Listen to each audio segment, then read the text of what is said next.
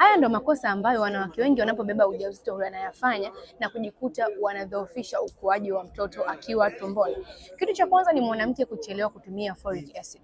Mwanamke unapogundua tu ni mjamzito ama unapojua kwamba unatafuta ujauzito, hakikisha unaanza kutumia folic acid, kwa sababu wanawake wengi sana huwa wanabeba ujauzito bila kujua na kujikuta wanachelewesha ama wanamnyima mtoto virutubisho muhimu pale ambapo mimba imeanza kutungwa.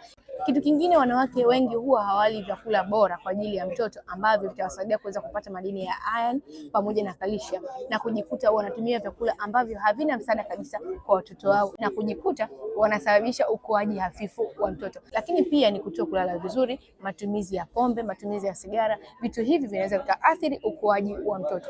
Kama ni wewe ambaye unanisikiza unatamani kuweza kubeba ujauzito ama upo kwenye mpango wa kutafuta ujauzito ama tayari ni mjamzito, hakikisha unazingatia kutumia folic acid, hakikisha unakula chakula bora, hakikisha unapumzika vizuri ili kuweza kuruhusu ukuaji wa mtoto. Unaweza kashia ujumbe huu ukaweza kumfikia na mwanamke mwingine ambaye ni mjamzito. Lakini kama unatamani kuweza kubeba ujauzito lakini imekuwa ngumu kuweza kubeba ujauzito na umeshajua chanzo ni kipi, hakikisha unanitafuta ili uweze kusafisha na kuboresha mfumo wako wa uzazi kwa njia ya asili na uweze kurudi kwenye asili yako.